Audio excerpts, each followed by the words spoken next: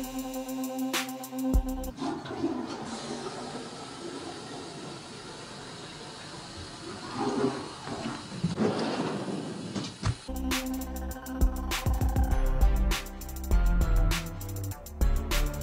didn't even wash your hands. Hey, I'm Austin. And I'm Ryan. And this is the Spring Chat, Where we talk all things Disney. resorts, Shopping. Food. You can catch us at 8:30 on Thursday nights on Facebook, YouTube. Twitch, and now Spotify on Amplified Network.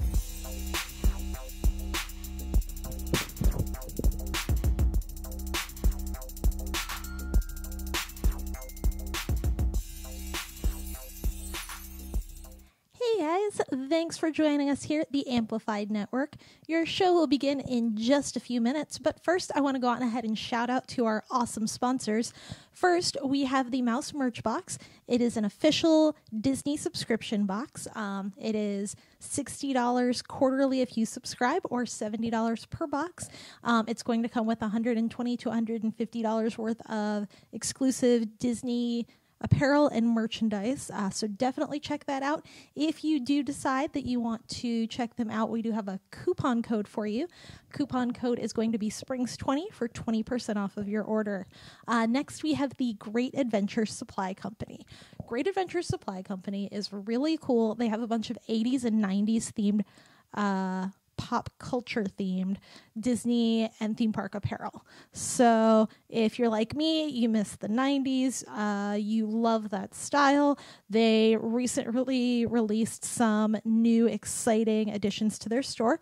Be sure to check them out. And we also have a coupon code for the Great Adventure Supply Company that's going to be Magic15 for 15% off of your order. So thank you so much for joining us. We greatly appreciate you and our sponsors. So stay tuned here on the Amplified Network. Your show will be coming up soon.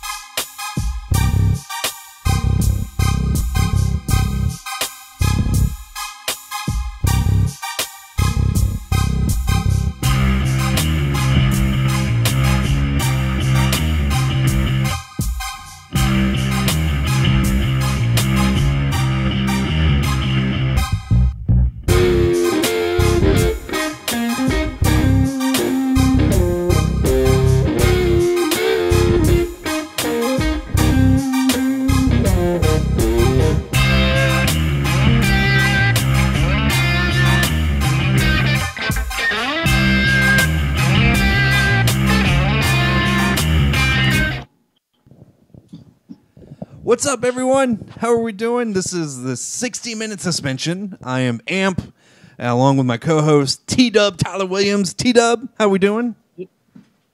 Yo, good. How you doing? Welcome in, everybody. 60-minute suspension got some dope topics today. And that's not a pun. That's a foreshadowing. And then I didn't even put that together. Yeah, it was amazing. And then to my left, the right of your screen, you may recognize this guy if you're a big fan of Amplified Network. This is Vance. There it is. Vance, he is the co-host of Anime Club that goes live every Wednesday at 8 p.m. But every once in a while, you do pre-recorded shows too. Yeah, every once in a while. You guys got, you got your own life outside of this. It's cool, but still... We got a hot show for you guys this week, right? On Anime Club. You want to give a little teaser? So this week we talked about some of the Pokemon news that's coming up on June the 5th. We have some new things about Pokemon Sword and Shield. We talk about Pokemon Go. What is it? Me and Tafari just talked about it. Anime, like... what's it called? Favorite anime crush, video game crush, and anime couple. And we also talked about the new episode of Attack on Titan. The animation looked pretty great on that. So check us out. See how you feel about our review on that. Oh, man. That sounds so fun. Yeah, lots of fun.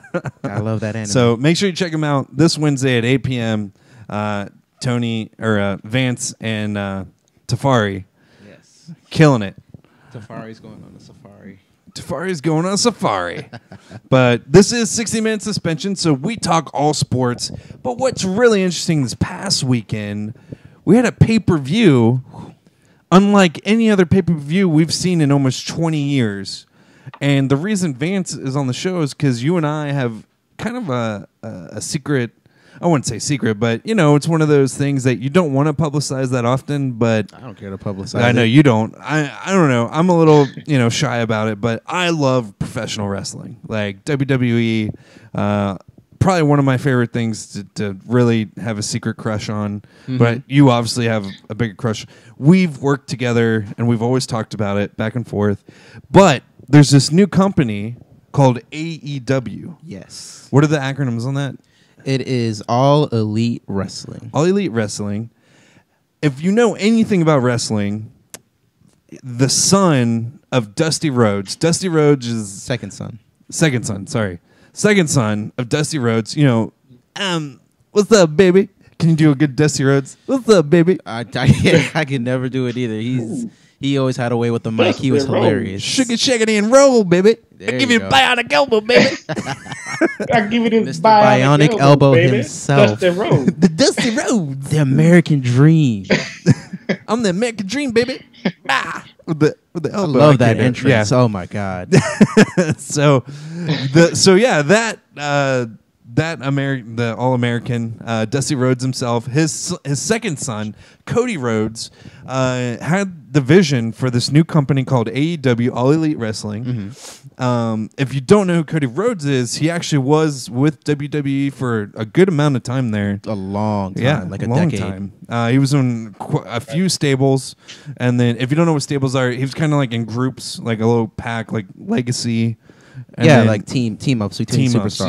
yeah, team ups, and then he ended up parting ways with WWE over just creative issues, stuff Yeah. like that. They saw him one way, and he saw himself bigger than that, and that is definitely an understatement for what was just said. Right, exactly. Now, Vance and Amp, tell me if I'm right, but I feel that the AEW is giving a lot of wrestlers creative, movement. Like they're letting them be themselves more, is what I'm saying. Am I right about that? Yes. So what Cody and essentially the rest of the presidents, the Young Bucks and Kenny Omega, you may know them as the Elite. That's their little group name. They have gone on record saying that here they are letting the wrestlers be themselves. It's where basically wrestlers can come and promote themselves their own way and get over how they need to get over. And one of the ways that they're doing that is going with unscripted, like they're not being scripted, like how WWE is like, okay, they write out a script every week up till the day of the show. They don't do that here. It's you sell yourself, you be the best you that you can, you be your character that you create, and that's how you're gonna get over. So that's how they're just giving that creative freedom to them. And they have some people in the back, some veterans that's just like, hey, maybe you can like do this to better your character, maybe to like get over with the fans a little bit better this way. So it's not like it's like freeballing it like all like how some people are, how it sounds, but they give them the creative freedom. Like if this is your character, if this is who you want to be, that's it. You go ahead and do that. Right. I didn't want to get off on tangent or anything, but I just wanted to touch on that because I heard that was a big reason, and I know some wrestlers are thinking about jumping over from WWE to AEW because of the creative freedom that AEW has allowed. Yeah. But anyways, I didn't want to. I know that's a bit off on a tangent. You guys. Oh, Well, no, so, that's It's a very big issue because Yeah. there's a lot of current superstars right now that want to leave for AEW. Most notably, Luke Harper. You remember him? He actually got a really bad hand of the deal because he wanted to leave. He was injured for 6 months, and the WWE added 6 more months to his contract, so he won't be released until like next year, 2020 WrestleMania time. And they're trying to like.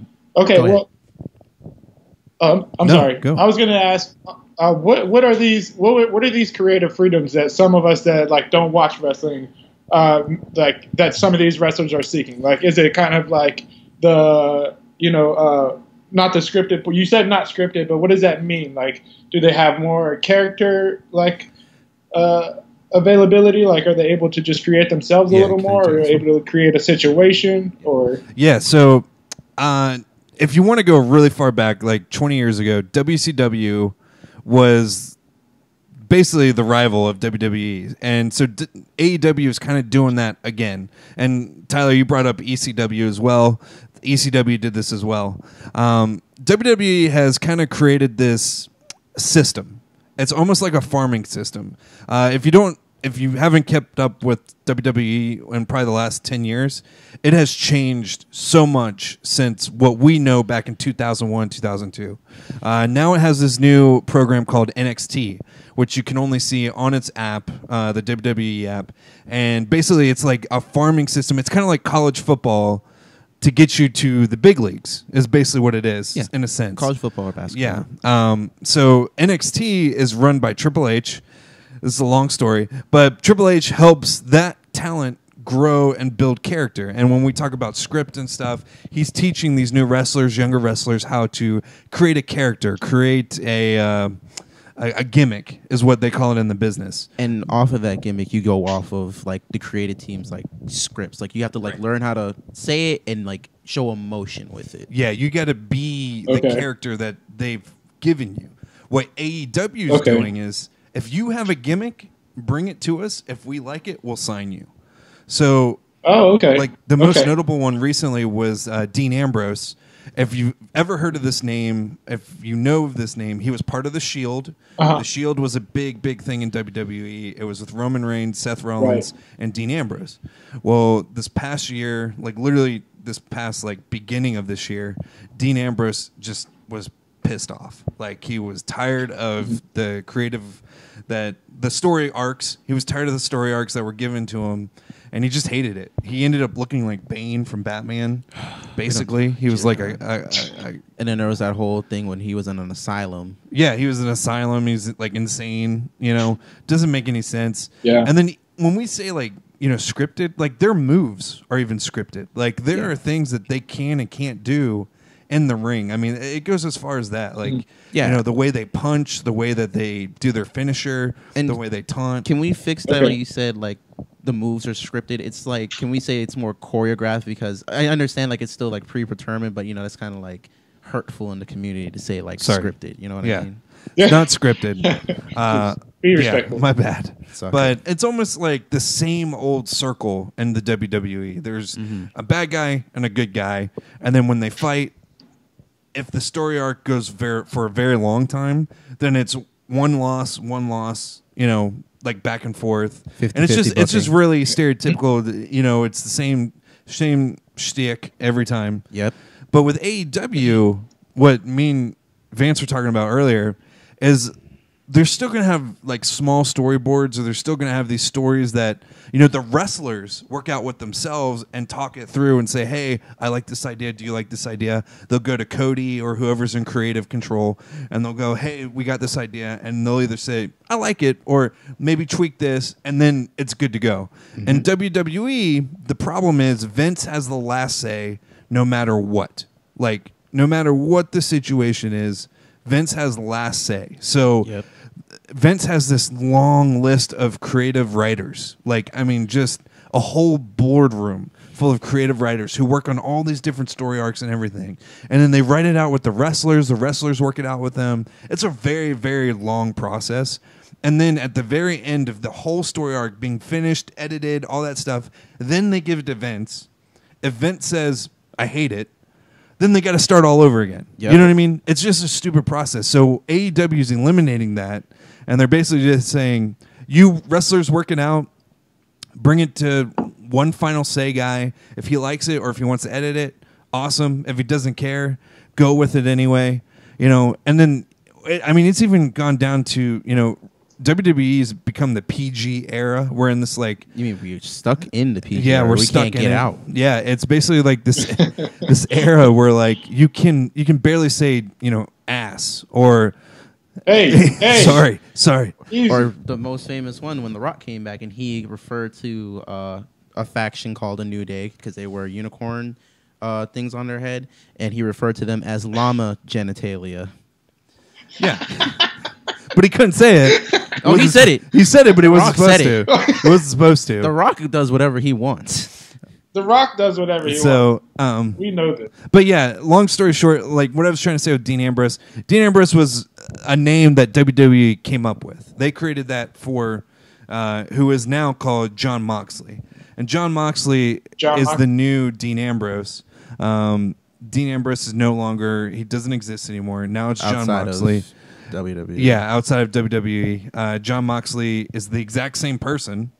As a person, it's still the same person. He's still married. He still has a life, but he just created a whole different, name, which is John Moxley. Wasn't that his original name? Yeah, his original name is John. His original name was John. So I mean, he's just living by what he wants. Exactly. This for is himself. Basically, this is like his whole thing. Because outside of WWE, John is a hardcore wrestler. So a hardcore wrestler is one of those wrestlers that go through like glass tables, messes with barbed wires, like really takes like those really big bumps, and bumps are just like those really big hits, like the big chair shots or the ladder shots and stuff like that. He's the crazy one that likes those types of things. So, what's it called? He's just basically getting back into his element in a sense. Because WWE created a watered-down version of it because, of course, that'd be too extreme for kids. Kids are going to try whatever they see on real life. Like, oh, this guy just dived into a thing of some tacks. I'm going to go dive on some tacks. Like, yeah. Why not?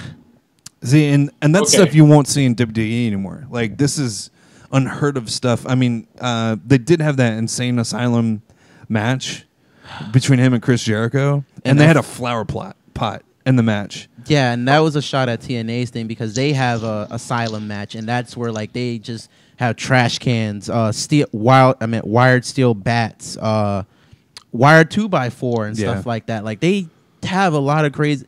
That was just the watered down version of the the TNA Extreme Asylum match, and that's the problem that wrestlers are having with WWE. It's watered down. We're trying to cater to a fan base, but it's just like the fan base doesn't even want to see the watered down stuff. All right. Well, to keep it sports related, what's really cool about AEW, it's owned by Tony Khan. Well, it's actually owned by his dad, Shad Khan. His dad's the one with the big. Shad owns it? Shad Khan actually owns it. Tony Khan is the president. Yeah. So, dude, Tony is like Jarvis of Shad Khan. Right, you know what I mean? Like he runs all this stuff for Shad. It's ridiculous. And for the Jags. Like we're part of the analytic department. And not a lot of NFL teams use analytics, but we do.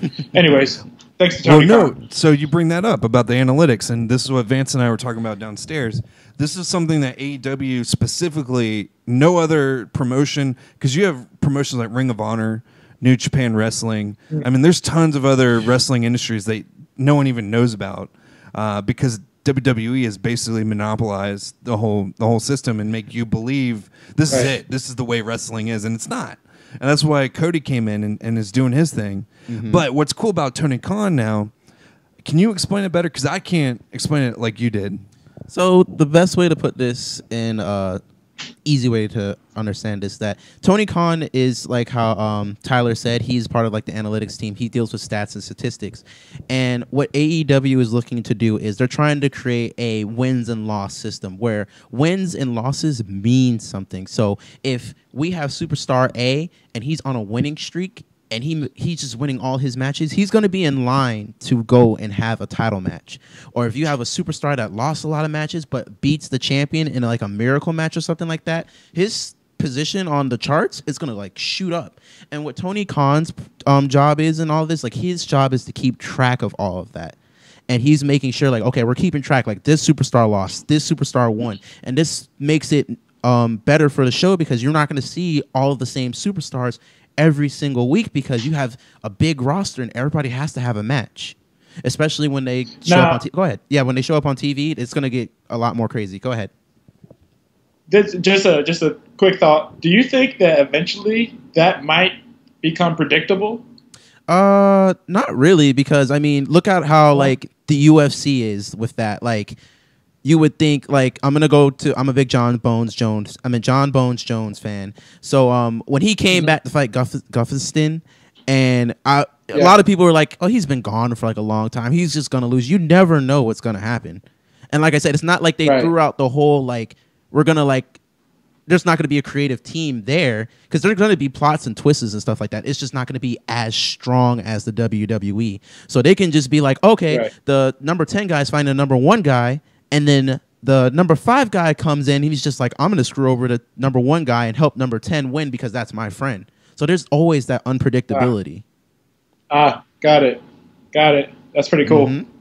That's pretty dope. And it's going to be hard to, I mean, at least in the first 2 years, I think, with AEW, it's not going to be very predictable because they are literally, like, WCW came from, like, roots. So, like, when WCW was, like, became, like, NWO, like, that's what a lot of people remember is, like, NWO. Mm-hmm. What we forget is that WCW came from roots. Like, they had a groundwork. They had basically a system in place already that brought them to those late 90s big pushes against WWE.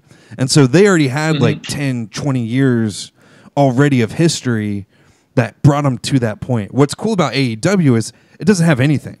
There's literally nothing. Right. There's no, hey, we have a history in this. Like the only history they have is Cody Rhodes and some of those other wrestlers who've been doing it for as long as they have.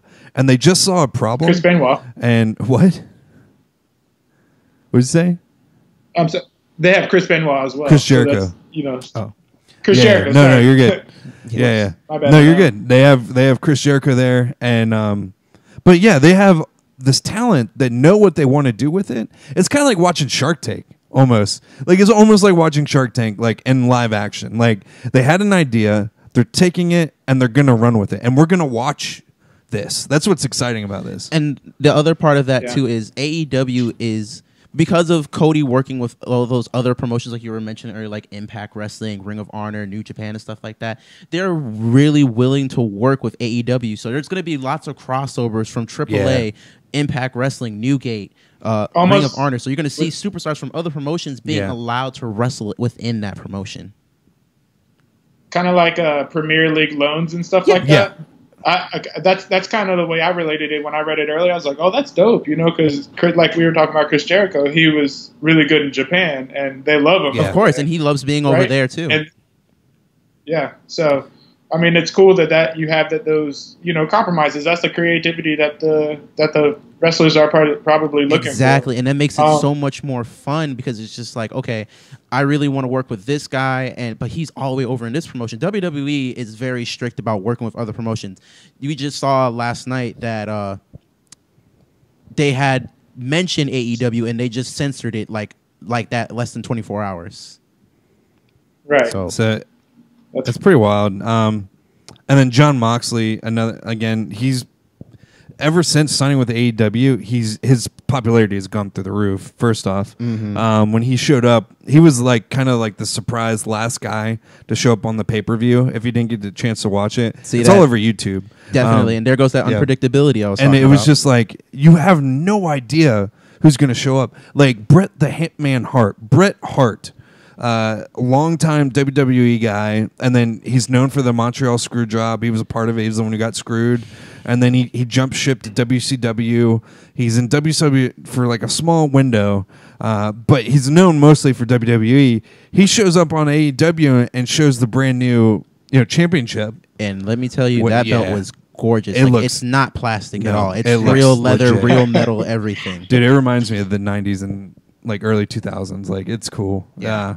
So you have that going on. But then, man, I know we're going a little long on this, but that's okay. Actually, I actually have some more questions for okay, you. Cool. Keep going. Yeah.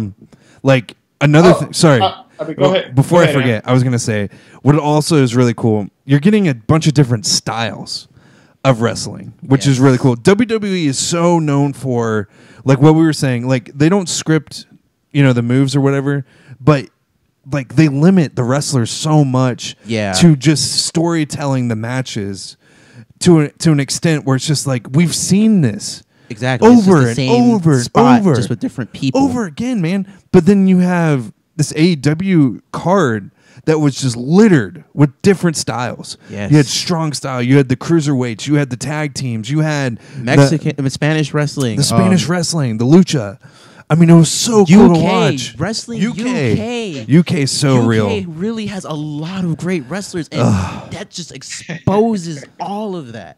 And it was awesome, man. Like you brought up the Young Bucks, and the Young Bucks are so underrated because no one knows about them because they've literally never ever. I think they worked for WWE, or no, they sent in an audition tape to WWE and they got turned down or something like that. Yeah, something along the lines. It was something like that. They never actually like wrestled in WWE, but they got really close. And irony, they came once this AEW stuff started to come up. They tried to sign them for like over $1 million. Yeah, they gave him a huge contract, and they turned it down obviously.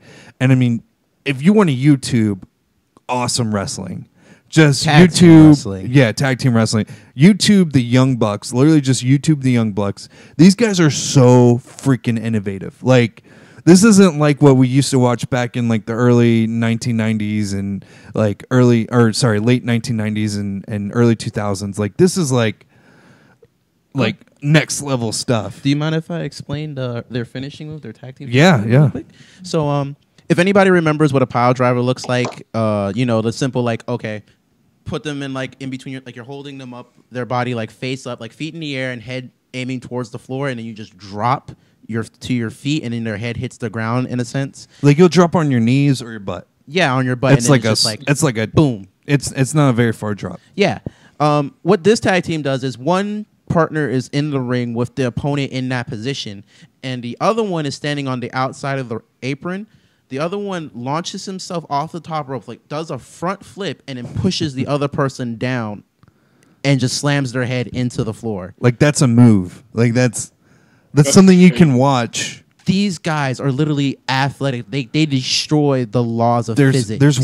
There was one move he did with the Brainbuster. It's still, I mean, I can't stop thinking about it. Yeah. So what a Brainbuster is basically like it's like a suplex. Like, remember Goldberg? Tyler, I know you used to like Goldberg. Absolutely. So Yeah. like he did the jackhammer. Definitely. Remember, he'd like lift him up over his head and then slam him down. Well. And he also did the spear. Yeah, exactly. Yeah. So what these guys do is they do like a different version of the jackhammer. They lift them up over their head on the top turnbuckle, and then drop their head on the top rubber mat of that turnbuckle. Like, it's the coolest looking move. I mean, it's one of my favorite moves. And then they fall down to the mat after that. Yeah, they'll fall off their head. Like, their head hits the top turnbuckle, and then they kind of collapse over. So different. So different from your like regular. That's Dude, dangerous. it's crazy. Yeah, it's different from your regular suplex. It's just like Yeah. it's like they're aiming to like drop you on your head from like that high. And it's just like, wow. There's so many super kicks. There's so many just the super best kicks. at that. Everyone does super kick. They do this one where they both do it at the same time to the one guy's head. Mm-hmm. It looks so bad. Like, when you watch it live, it's like, dude, there's no way he's getting back up. And they do. And they still get back up. Okay. All right, couple questions for you guys. All right. So I take it that you watched. I just want a yes or no. Did you watch Double or Yes. Nothing? Yeah. The pay-per-view it went. Both of you Yes. did? I watched the highlights. I didn't watch the Okay. actual pay-per-view, but yeah. I watched all 5 hours. Okay. You watched all 5 It hours? was a 5-hour pay-per-view. That's awesome. It was in MGM Las Vegas, so that's pretty dope. It was sold out. Yep. So that's also pretty dope. First big event. All right, what I want from you guys is for you to tell me these are top female wrestler to look out for, top male wrestler to look out for that you think. It doesn't have to be like, oh, the best guy. It could be your favorite guy and your top tag team. Whew. And then also after that, I know this is loaded, but I want you to tell me, what does the AEW mean to the WWE? Okay. Ooh, okay, that's a lot. Okay. Okay, so I know it's a lot, but I'll remind we'll do you. them back and forth. So don't do the whole list. We'll start with females. okay, so So for I you. don't really remember all the females Yeah. right now cuz they still have a lot more coming. They have a lot more coming. What was the name of Don't steal mine. girlfriend you were telling Don't me steal mine. Don't steal mine. about? Really? That's I the like- only one. I know. about Rose? No. Oh, well, but she's a Brandy good one. Rhodes actually. Brandy Rose is a good one. She's not much of a wrestler, but She has some good moves. she's though. getting them. She's getting them back. The one girl he wants to say is Britt Baker. She's the girlfriend of Adam Cole, who's part of the NXT roster, who we were talking about earlier. Can I do it? Yeah, Adam Cole, baby! it's fun. It's fun. But yeah, his girlfriend, she's a part of AEW, which that's another thing about this, man. There's so many relationships that are like opposite of, like, just off the top of my head, I know 3. there's three. There's Peyton Royce and Sean Spears. Renee Young and Dean John Moxley. Yeah, that. And then Britt Baker and Adam Cole. That's three right there that are. Anyways, Britt Baker is definitely a female. Watch out for Yeah. Okay, male. Kenny Omega. Damn it, I was going to say that one. Kenny Omega. Listen, AEW is going to make Kenny Omega the most popular person on this planet. He already is, but it's just gonna elevate. It's gonna elevate it, dude. Like it's not even like John Cena who. Like it's gonna be Roman Reigns who. Like this is gonna be nuts, dude. If you don't know what we're talking about, go watch New Japan. Like just Kenny Omega. Google Kenny Omega.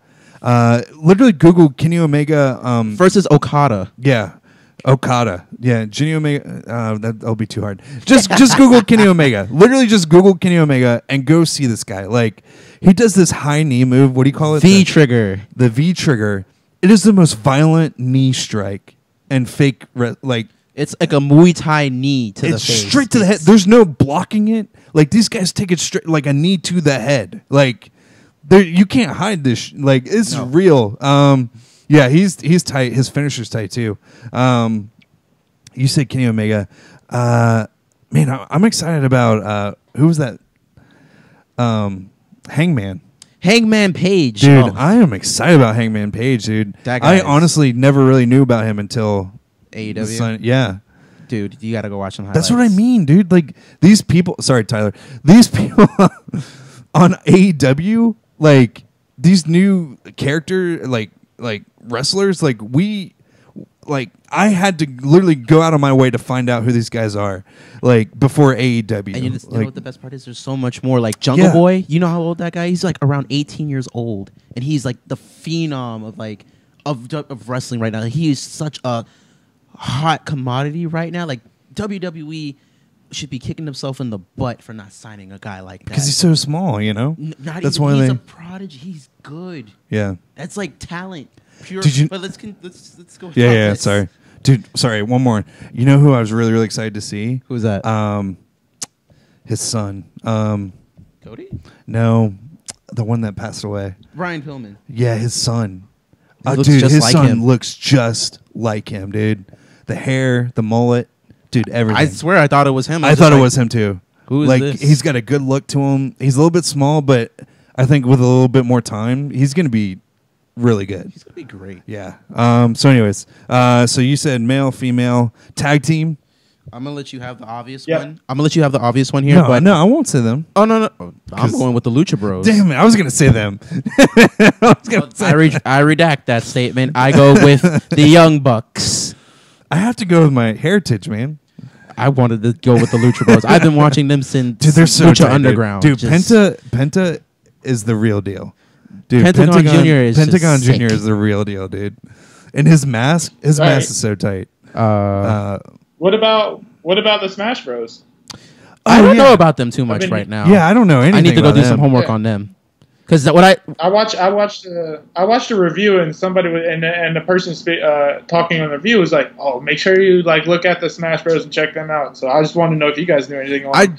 That was the first time I saw them when they interfered in that match with Angelico and his tag partner and Trent Berea, and I think that was Chris Sabin. I'm not sure. I don't remember. But yeah, that was the first time I saw them, like when they interfered in that match, and I was like, "Who are these guys? Like they look interesting." And that their tag team finish, I was like, "Okay, I'm paying attention now." So I'm gonna go do some. Another one I like. Dude, he flies. He is a tall. That man's about 7 foot. He flies like he's like he Rey Mysterio. 450s in a row. Like he's sick. Okay, is the WWE in trouble? Yes, boys? Dangerous. I mean, in time. No, in trouble right now. With the product the way it is right now, I don't think so, man. Because you got to think this way. Like right now, WWE. So how it works with WWE, they write their stories out like months in advance. Like we're talking almost 4 to 5 months in advance to what we're watching live. Mm-hmm. So with AEW coming around, that's going to disrupt those storylines a lot. Like we're already seeing it now, and I just don't see Vince sitting on it. Like I see it elevating Vince. Like I see him trying harder. But see, elevating him to what? Because then we get stuck with crazy things like the wild card rule. Well, I think the wild card rule was written months in advance. I don't think that was an AEW No, that was done. response. That was done. That was done for last the Fox minute deal. because Fox wants Yeah. certain superstars Yeah. and USA Network wants certain superstars. Exactly. Yeah. So that's why that was. But see, that's my point. AEW doesn't have to because they just signed a network deal with TNT. Yeah. So they're gonna be in TNT in what, August or October? It's Something coming like out that. soon. Yeah. They don't have to please them with nothing. WWE has to WWE has to please both of these networks, so they have to keep changing scripts here and there just to like, oh well, Fox wants this person to be champion now. Now we got to erase everything we're doing, and they do that on a daily basis. Yeah. Hell, the Brock Lesnar thing, that was when he won the Money in the Bank. That was decided last minute. Yeah, I remember that. So, But that was also because Sammy didn't want to go to no, Saudi like Arabia. winning Money in the Bank. That was not supposed to. Ali was supposed to win that, but they changed it at the last minute because Vince was just like, "I want him to win it." Oh, interesting. And see, this is what I'm saying. That biased thinking of Vince, because a small man, a tiny guy, or an oversized guy, or someone that doesn't look like a Brock Lesnar or doesn't look like a John Cena can't be a champion. Like, it was hell trying to get Kofi Kingston his WWE championship. Oh yeah, well over 11 years.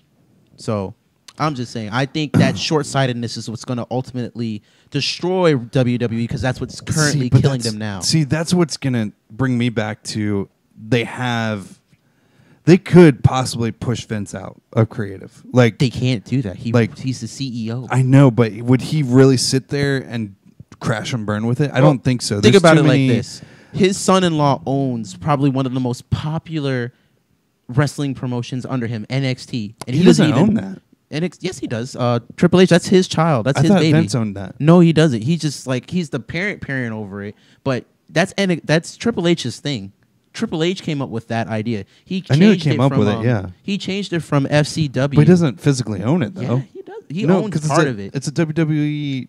It's a WWE product, but that's Triple H's behind the brains behind it. Because if it was Vince, Well, I he knew wouldn't- it wouldn't be brand. there. Yeah. So what I'm saying is Vince doesn't even watch that. That's right under his nose. That's his Yeah. gold mine. But he'll come in and steal people from it like he came up with it. Yeah. And look what happened with these last roster call-ups. Do you think he steals them or like Triple H legitimately gives them a shot? Triple H gives them a shot, but when they're ready. Like when we saw who was the last main, like the Becky Lynch. Becky Lynch right now is trailblazing right now. The Man, Yeah. Charlotte Flair, Bailey. Those are NXT call-ups that Triple H was like, green light, go, you're ready. Well, I would even say Kevin Owens, Sami Zayn. Yeah, I would give them Definitely Sami Zayn. Sami I know- Zayn, definitely. I know that was a call. I think he might have stole Kevin Owens. Kevin Owens came after him, but Kevin Owens was a star already because his Yeah. first match on there, he defeated John Cena. Yeah, that was pretty tight. That was so cool. But see, that's with the right pushing. That was the Yeah. Kevin Owens already established himself as a heel, and everybody loves him for his work. Yeah. So Anyway, sorry. Going back to that was a huge tangent. So Sorry. going back to it, That's okay. No, it was beautiful. I like it. I mean, I don't think. I think it would take some time. I don't think right off the bat WWE's in trouble. Like, yes, they should be worried, but I don't see them because I mean they have until fall first off to fix this shit because AEW doesn't have anything regular programming Until until TNT. then. So WWE. No, but they do have an August 26th Pay-per-view. yeah, they have yeah. pay-per-views leading Well, up they to have it, tons of pay-per-views. Yeah, they Yeah. got one in June too, I think. and it's still good because they're still doing. Remember that connection with those other promotions. They can still get exposure because they're going to still be on those. They're still going to be on Impact. They're still going to be on New Japan. Yeah. They're still going to be having exposure. But if someone can find the views, like how many people bought that pay-per-view, It was over 200,000. I know that. So that doesn't sound like a lot compared, but in reality, that's how much typically one of the four majors from WWE gets. So Exactly.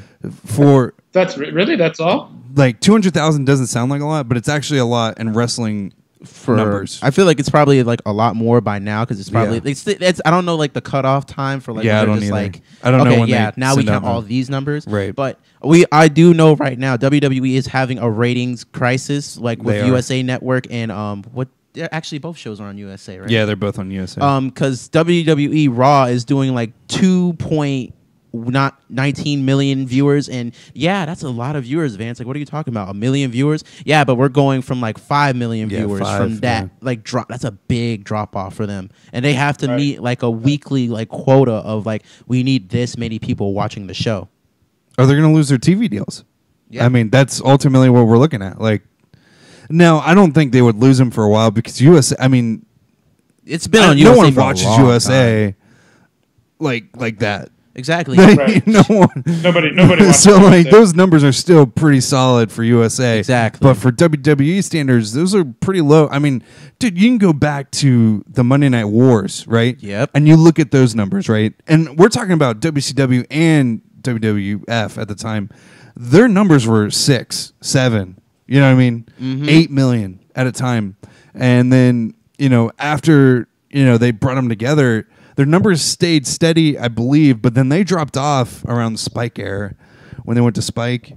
And then... Yeah, a little bit at that point. And then more recently, this has probably been some of the lowest ratings. It's like dangerously bad. Like, Yeah. we're talking about like the amount of viewers that they're hitting is like what TNA like, because TNA, Impact Wrestling, the other promotion that we mentioned a little bit earlier a couple times, they do like 1 million viewers on a weekly basis, and that's good for them because they're a small promotion. And they're on like a no-name channel too. Exactly. And they still get 1 million views. So that's good for them. So Yeah. if you mean to tell me 1 million views is good for them, for a Yeah. small company like that, and WWE's only doing like 1 million more than that, and they're a big company, On USA. red flags. Yeah. Yeah. It's kind of Right. scary.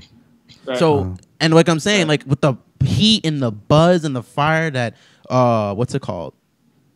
AEW's creating, and they're on like a good channel like TNA, TNT, Jesus Christ, TNT, where you watch the NBA finals. Like, you're gonna see a lot of commercials for that. Yeah. It's gonna be Right. all over TNT Right. because people watch it for like on sports on there already. So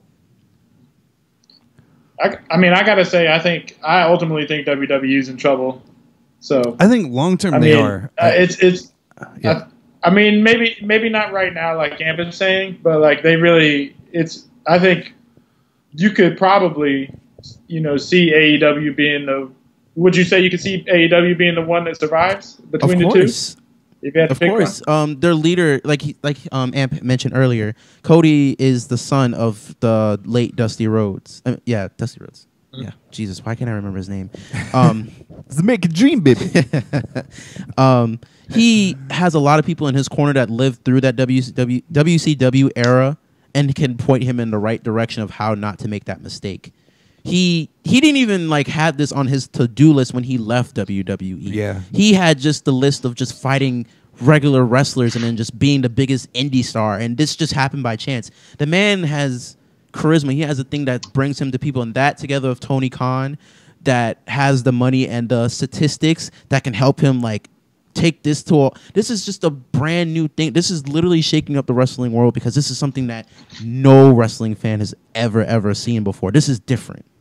I will say this. I'm Right. more excited about seeing. So I listen to a lot of podcasts, and Chris Jericho, who Tyler was referring to earlier, has his own podcast. And I found it really interesting because Chris Jericho kept referring to AEW as an alternative to WWE. Yes. Like, he wasn't saying they're in direct competition with them. He wasn't saying that they're our competitor. He always refers to AEW as an alternative to WWE. Now, this is very interesting because back in WCW, like the Monday Night War situation, they always talked about the other brand, or they always, referred to them as the bad guy. And I think that was their downfall. And yeah, at the end of the day, and then plus being on Monday night also. I mean, Yes. you don't go against your competitor when they already have a pedestal that you have to catch up to. Like, that's just dumb. So Exactly. they should have done it like on Wednesday anyways. So, but AEW, they're obviously not going to be on Mondays, and they probably won't be on Tuesday. No, they're going to take the Tuesday spot. They're going to take Tuesday? Because Okay. when SmackDown goes over to Fox, they're going back on Fridays. Oh, okay. All right. Great. So, yeah, they're not even going to be... They're going to be right in the middle. That'll be perfect. So, yeah, with that being said, with the way Chris Jericho presents it as we're an alternative, I think that's already setting in people's minds. I mean, in today's day and age, no offense to the era that we live in, but people aren't as competitive as they used to be. Like, it's more of like politically correct, more we want everyone to win type mentality. Mm-hmm. And I think AEW, honestly, from that mentality, living in the era that we are now, I think that's a great way to be like, look, we are going to beat your ass, but we're going to be nice about it, and we're not going to say Right. that we're going to beat your ass. Yeah, because now that you mention that, Also- that brings up a very good point. They never really said like they're in direct competition with the Never. WWE. They've never once said that. Well, also you can pretty much, the way I took it is alternative is almost like an equal choice. Yeah. You know? Yeah. Like they already kind of view themselves as, that good, an equal choice. To me, that's how that sounded. Mhm. I like that. Yeah, I mean, it's a great way of looking at it. At the end of the day, we like Vance and I, we're really big fans of wrestling in general. So like AEW coming in, I mean, I'm so beyond excited to see the different styles, the stories. I love the statistic idea of like having a ranking system, but from the business side of things, this is awesome too. Because now we get to see so many more wrestlers. Like, Yes. so many more different personalities, so many more different, just like creative, like the And that dude's- creativity. And like, you know what's so good about that too? Because now that AEW is working with all these other brands, that exposes you to other brands. You're like, oh, where's Yeah. this superstar from? Then you find yourself in AAA, and then AAA is just like, hey, AEW looked out for us, and we're going to look out for them. We're going to send them some more superstars, or send them some more money, or you know what? We're just going to merge all together. yeah. This could be so big and so scary. It's it's pretty scary. wild to think that they could all merge, like, because AEW is going to be really big in North America, because That's where they are. That's where they are, obviously. But then also WWE is. Oh no! Don't start.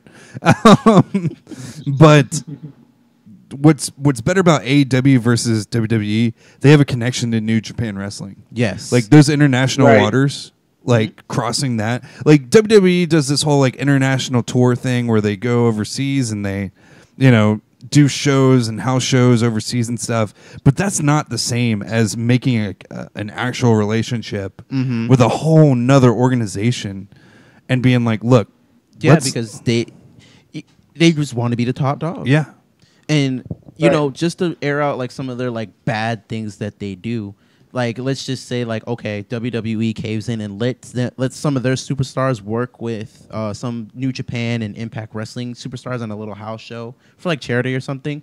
WWE will pull their wrestlers if their wrestlers don't win or look good, yeah. and that's I mean, one story most recent is when the Young Bucks called out, New Day. They called out the Hardy Boys. They called out New Day. Or no, I think it was Hardy Boys who called him out, actually. It was Matt Hardy who called him out. Matt Hardy used to work for WWE, but at the time he was with Impact. And he called out, how did he say it? the Young Bucks. The Bucks of Young. Oh. And We're talking about the New of working. Day or something like that. Yeah. And he was like, look, and he even told Vince, he's like, Vince, if you let New Day come out and be a part of this, I will come to WWE free of charge. You won't have to pay me, and I'll just be a part of whatever storyline you want me to be. Like, he basically gave himself like free use my Use my body for use your my body whatever. whatever you want in whatever way, if you allow us to have this massive triple threat cross promotional match. And we never heard anything back from Vince about that, 'Cause he's like, but that was so dumb. Like, that could have been so epic. Like, that could have been he so wanted cool. his wrestlers to win, but he doesn't want to also give them that exposure. Right. And that's where, like I said, that's where it's gonna be his downfall, because it's just like, okay, we see the same, because they have a big roster, but if you really look at it, they don't even use half the roster. They don't use it. Yeah. Yeah.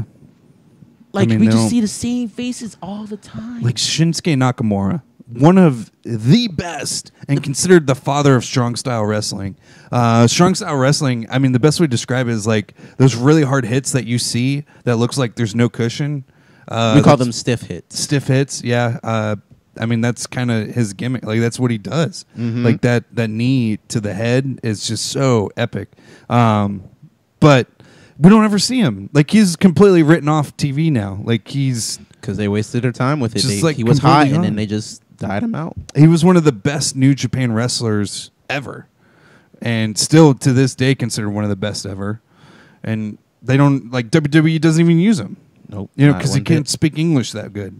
And that's That's literally why. That's literally why they don't use them. that's why they try to get rid of Becky Lynch a couple of times. Like she can speak English. She and has they- an awkward accent. Like what? Yeah, and it's just like Dude, really. get out of here. It's a little ridiculous. Sorry, Tyler. You got any more questions? No, that's all the questions I have.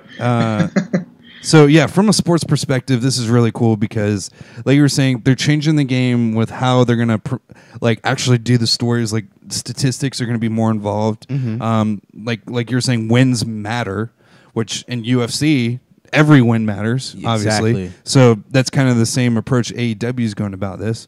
You're gonna see a whole bunch of money being shifted. Like when I say money, I'm talking about the business money. Like you're going to see people struggling to decide on which promotion they're going to want to watch.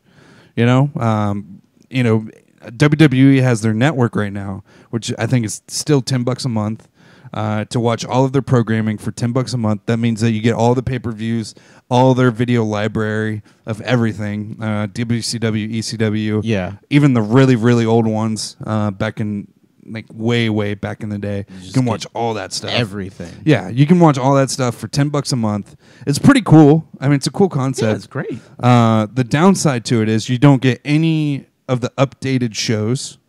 You can't watch the USA stuff. You can't. You probably won't be able to watch the Fox stuff. You can't watch it up to date. Is what I meant. Sucks. Like you can watch it They can't because then that'd be a breach of contract. Yeah, it's breach of contract, so they can't do it. So they post it 4 weeks after. It's a little ridiculous. So you're not updated with the story if you can't, watch that. But you can watch pay-per-views though and be completely out of sync with the story. That's so dumb. It's a little ridiculous. But so yeah, WWE has that going for them. But besides that, like Vance was saying, their stories are not good, and a lot of wrestlers want to quit. We were even going to bring up the Twitter situation. A bunch of contracted WWE superstars came out and positive response to AEW, and were like, "Hey, good job." Like, there's one wrestler called Big E. He had to censor out, he put redacted just because he knows he's going to get in trouble for even making that tweet. We mentioned earlier that Bret Hart was actually on the show, on the pay-per-view for AEW, but his niece, Natalia, is still on roster with WWE, and there's speculation that she's going to get punished in some way, which means probably she'll get pie on her face, or she'll just lose a whole bunch of matches, lose look for embarrassed, weak, because WWE has done that in the past. Yeah. And then we were talking about relationships, like cross promotionals.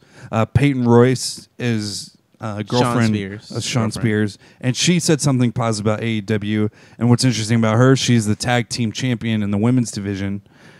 So she dropped those titles. Those titles are going to be dropped real soon off her. I mean, it's just WWE is like a prison. I mean, Dean Ambrose referenced that in all of his promos. He was in a prison. You can't do anything outside of the machine, and if you do it, it has to be approved by Vince McMahon. And even when it gets approved, it'll get changed. Yeah, it doesn't get changed. So WWE's got to change some stuff. They have a lot on their plate. Gosh, we literally ran the whole hour talking about that. Real quick. Sorry about that, everybody. Yeah. We're going to have to save some of these stories for next week, obviously. But one story that I do, because we titled it in the show, and I feel like it's something that definitely needs to be talked about. Are you heading out? This is my time to... No, Vance. Well, real quick, thank you, Vance, so much. You got to hear this so you can hear him. So yeah, Vance, thank you so much with Anime Club, and thank you for coming on here. Thank you guys for having me. I appreciate you, Dude. and I appreciate having the platform to talk about my insane love for anime and wrestling. So, thank you everybody for watching, and thank you guys for having me on here. Nice. Dude, Vance, it's been a pleasure having you. I'd love to hear you talking about wrestling. It was awesome. Thank you. Sweet. All right, man. We'll catch you next time. Catch you guys next time. All right, buddy. So, real quick, we got 10 minutes left. I do want to talk about... Thank you. I do want to talk about a legend. We lost a legend last week. And when I say a legend, I mean literally. He is... I mean, if there's a definition for a legend, he should be that definition. Bart Starr, Green Bay legendary quarterback. If you've ever heard of the Ice Bowl, he was the quarterback in that. He literally went on to win 5 championships with, 5 NFL championships. This was before the Super Bowl was like the Super Bowl, but he led the Green Bay Packers to 5 NFL championships as the quarterback. He would come back and be a head coach. He didn't do well as a head coach, but it was crazy. The fans still loved him, and then after being a coach, he would come back as assistant general manager, help negotiate player salaries. This is a fun fact. I don't know if you knew this, Tyler, but so Harlan recalls signing Bart. Harlan was a former. Bob Harlan was the former Packers president. He says he actually remembered signing Bart to his last contract, which was, I don't have the year in that, but he signed Bart to his last contract. The fact that he had 5 world championships, he gave him a huge lump salary of $100,000. That's pretty big, dude. That's pretty big back then. That's huge. It's so weird to say that now. Yeah. I mean, Bart Starr had a crazy career. And what's funny about Bart Starr is actually he started, he's from Alabama, Birmingham, and then he started at the University of Alabama. So he saw some time in his freshman year, so he got a varsity letter his freshman year, and then he also saw some time. That time came in the Orange Bowl, so that was pretty cool. That was his first action. And then the next season he got in and he played quarterback. He started at quarterback, safety, and punter, and that was pretty cool as well. I think they went 6-2-1 with Alabama Crimson Tide, losing to Rice in the Cotton Bowl or something like that. And then the next year he was actually benched, and then he kind of lost his starting job from there, and he was drafted in the 17th round by the Packers. So he was a 17th round pick. That's pretty crazy. Turned it into, like you were saying, he was a 5-time league champion, and he was a 2-time Super Bowl champion. In those 2 Super Bowls, he was also MVP. So he was a really good player. But you also wouldn't know that he probably, you probably wouldn't know that he was very terrible in his first 3 years. I mean, just trash. And those years before were before Vince Lombardi joined the Packers. So he was god awful. I'm talking about 24 to 44 touchdown to interception ratio. Wow. So he wasn't very good. And passing wasn't even that big back then. So to have those bad statistics, and he didn't see a lot of time. He was on and off the bench. And then finally, when Vince Lombardi got there, they kind of gelled together, and they were kind of the right match for each other. And another fun fact, that Bart Starr was 9-1 in the postseason, and also the Ice Bowl that you mentioned earlier. This is pretty cool. That final play where he goes over to consult Vince Lombardi for the final play of the game, and Vince Lombardi was like, "Just run the damn thing in and let's get the hell out of here." Well, Bart actually changed the play, or he called his own number. It was supposed to be a handoff to the fullback, and only he knew and the guard knew that he was going to quarterback sneak it in. So that final play was a complete call, and he called all the plays, as a quarterback, which was normal back then. But he apparently did really well doing it. He wasn't. To me, when you look at the film, he really wasn't that talented of a guy. Right. But his legacy will be he was a Hall of Famer in 1977. That's the first ballot Hall of Famer. Wow. So, well, I mean, pretty cool. Winning 5 championships, I mean, that says something, Yeah. Even if you're not great. I mean, Tim Tebow should take a play out of this guy's book. I mean, his number 15. I guess Tebow did kind of take a play out of his book. His number 15 is retired by the Green Bay Packers, and I think Tebow's up on the ring there. So he wore 15. So he did take a little play out of his book, right?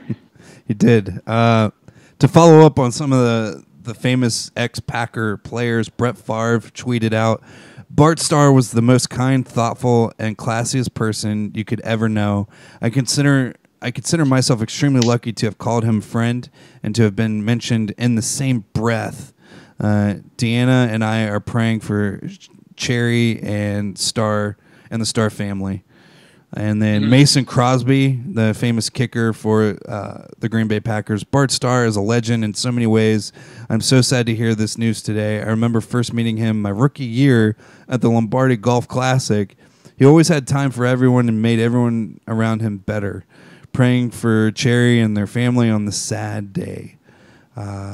Even Aaron Rodgers would post a picture of him with just the picture of Bart Starr and then just a big heart underneath it. I mean, obviously, he was a huge influence on that whole Packers locker room, and it's sad to see. I mean, to give you clarification, he was 85. So, I mean, yeah. He lived an awesome life, man. At the end of the day, he touched a lot of lives. He helped a lot of people. Yeah, he even has a great honor in the NFL. He has the Bart Starr Award, which is given to the player that exemplifies the best character on the field, off the field, and in the home as well, and also in the community. I think I sent you. I don't know if you listened to it. You probably didn't have much time, but it was a video of Calais Campbell accepting it after this past season. So he was the latest player to receive the award, and actually, Cherry had to call in and give the award to Calais Campbell, and it was very touching because she said, I wish Bart was well enough to speak to you, right now, but she said high things of Calais Campbell, and it just kind of speaks to the character that maybe that family has, that they're just high character people, and that's why they have an honor after them, and that's why they are who they are. A lot of Bart's legacy will also be the fact that he was willing to outwork anybody. He's one of the first to say that he's outworked a lot of talented people in his life, and he's played over a lot of better people because of the hard work that he's put forward. So he's just that kind of guy. Sets the example. Just a leader all around. I had to look up a little bit more on that story about Calais Campbell receiving the award. This is actually really cool. The Jaguars front office told Calais Campbell that he had to come in to do a phone interview, but they didn't tell him who it was with. So when he actually walked in and picked up the phone, Sherry Starr told Campbell he had won the Bart Starr Award. You can only imagine, imagine how many waterworks that guy had to go through to handle that situation. Campbell said he was so glad that he got fooled about the phone call because when he heard about the award straight from Cherry Starr, I got the chills in my back. And I mean that's awesome, man. So the NFL lost her. He's a legend. He's a legend for sure. Yeah. Again, condolences go out to the Starr family, Cherry as well, and NFL. Hopefully they'll do something great week 1 for him because he deserves it, and that was a tough one. But anyways, sure. Moving on from that, I mean, I'm sorry we talked so much about wrestling. I'm a big wrestling fan. It was a great topic, dude. It was a great topic. I just felt like it was a good, I mean, we talk about drama in sports, and it is. It's perfect. It's considered a sport. ESPN does tons of, shots with WWE now. So, I mean, we could be seeing an AEW soon, an ESPN. So, I mean, this is huge. Yeah. And, dude, at the end of the day, these guys are pure athletes. Like, when I tell you to YouTube these guys, the things these guys do is incredible, man. Like, these guys do, like, full rotation flips in the air and land on their feet. Like, it's absolutely incredible. It's insane, for sure. So, I don't know. If you get a chance, make sure you just YouTube All Elite Wrestling, you YouTube the Young Bucks, YouTube Kenny Omega, YouTube, I mean, Lucha Bros. I mean, any of these people, you can just get an experience from them when you watch them. It's really cool. It's not like what we used to watch anymore. A couple of topics that we didn't get to get to today, and I don't really want to fly through them. I think they're really good. So I'm just kind of giving you a heads up for next week. Ezekiel Elliott, which we'll probably know more next week anyway. He was handcuffed in Las Vegas.